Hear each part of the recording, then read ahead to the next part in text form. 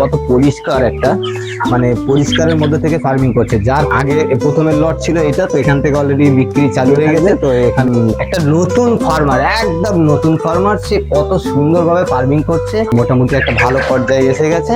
তো নতুন ফার্মার হিসেবে ফার্মিং করতে তোমার প্রথমত কেমন লাগছে বলো? মানে ওজনও খুব সুন্দর পেয়েছে।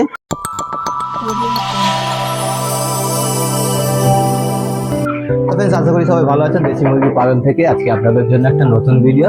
তো আজকের ভিডিওটা খুব সুন্দর ভিডিও হবে, আশা করি আপনাদেরও ভালো লাগবে। তো ভিডিওটার সঙ্গে থাকবেন। একটা নতুন ফার্মার, একদম নতুন ফার্মার, সে কত সুন্দরভাবে ফার্মিং করছে, অথচ মানে সেটা দেখার মতন। তো আজকে দেখাবো বা তার সঙ্গে কথাও বলাবো আপনাদেরকে, যাতে করে আপনাদের যারা নতুন ফার্মিং করতে যাচ্ছেন তাদের কিছু আইডিয়া এখান থেকেও আপনারা মানে নিতে পারবেন। নতুন ফার্মার কত সুন্দরভাবে ফার্মিং করছে তো দেখাবো। তো আমরা এখন অলরেডি চলে এসেছি। তো এখানে দুটো কোয়ালিটির মুরগি আছে, আমি দেখাই। প্রথমে এদিকটাতে দেখুন যে এটা আগে প্রথমে লট ছিল এটা, তো এখান থেকে অলরেডি বিক্রি চালু হয়ে গেছে। তো এখানে সব 2 কেজি প্লাসের ওপরে মুরগি আছে। তো এদিকে আমার আর একটা লট তৈরি হচ্ছে, ঠিক একই সঙ্গে দেখুন এদিকে একটা লট তৈরি হচ্ছে। এটাও মোটামুটি একটা ভালো পর্যায়ে এসে গেছে। তো আমি একটু গিয়ে আপনাদেরকে দেখাই বা কথা বলাই। তো অলরেডি আমরা ফার্মের ভেতর এসে গেছি। তো বলো কেমন আছো? হ্যাঁ, ভালো আছি। তারপরে হ্যাঁ ভালো আছি। তো আচ্ছা, এই মানে আমি যতদূর এর আগে ভিডিও করেছিলাম তো তখন তো এরকম একটা ভালো ছিল না। তো বলো নতুন ফার্মার হিসেবে ফার্মিং করতে তোমার প্রথমত কেমন লাগছে বলো? হ্যাঁ, মুরগির গ্রোথ ভালোই এসছে। এগুলো তো আমি প্রথম জিরো এনেছিলাম বাচ্চা, ওইগুলো তো ভালোই বেড়েছে। এরকম মডেলিটি কিছুই আসেনি এখন পর্যন্ত। আচ্ছা, সবই মোটামুটি গ্রোথও ঠিক আছে, মোটামুটি আছে। এর মধ্যে কি কোনো রোগ বালাই বা কোনো রকম কিছু মানে সামনাসামনি হতে হয়েছে, যে কোনো বাচ্চার কোনো কিছু মানে আর কি শরীর শরীর খারাপ হয়েছে, এরকম কিছু হয়েছে কি? না সেরকম কিছু আসেনি। হালকা বৃষ্টি 2-3 দিন বৃষ্টির জন্য একটু এদের শরীরটা একটু খারাপ হয়েছে, তারপরে আমি তার জন্য একটু অ্যান্টিবায়োটিক দিয়েছিলাম সেই 2 দিন।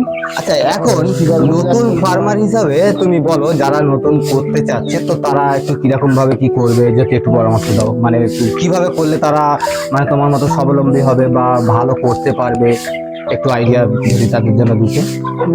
মোটামুটি নতুন যারা করবে তারা ওই মানে যেটা ভ্যাকসিনওয়ালা বাচ্চা, ওই বাচ্চা নিয়ে করাটাই ওদের বেটার হবে। যেটা আমি ওই লটে করেছিলাম, ওই লটের গুলো ভ্যাকসিনওয়ালা ছিল।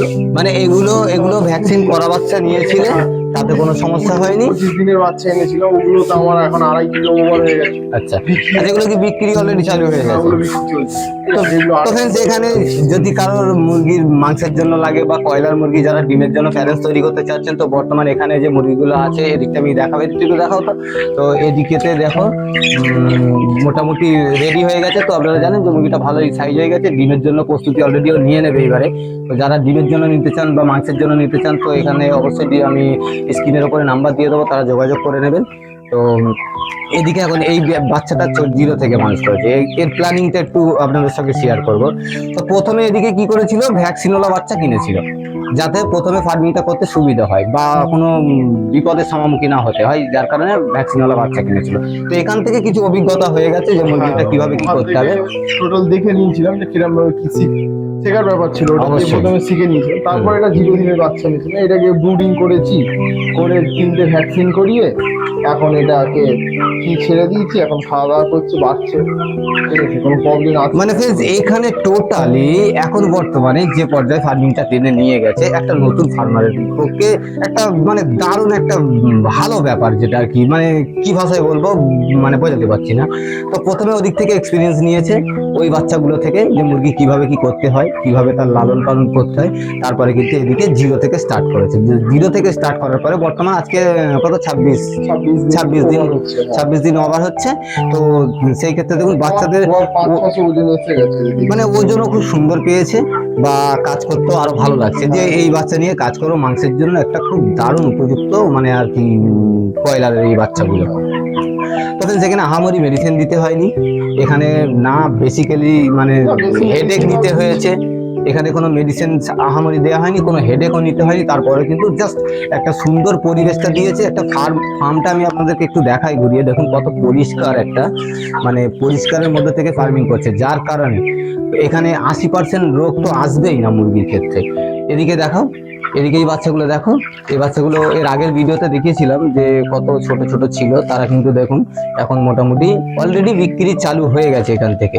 তো সেই ক্ষেত্রে মানে সব মিলিয়ে নতুন ফার্মারের ক্ষেত্রে খুব সুন্দর একটা ফার্মিং করেছে।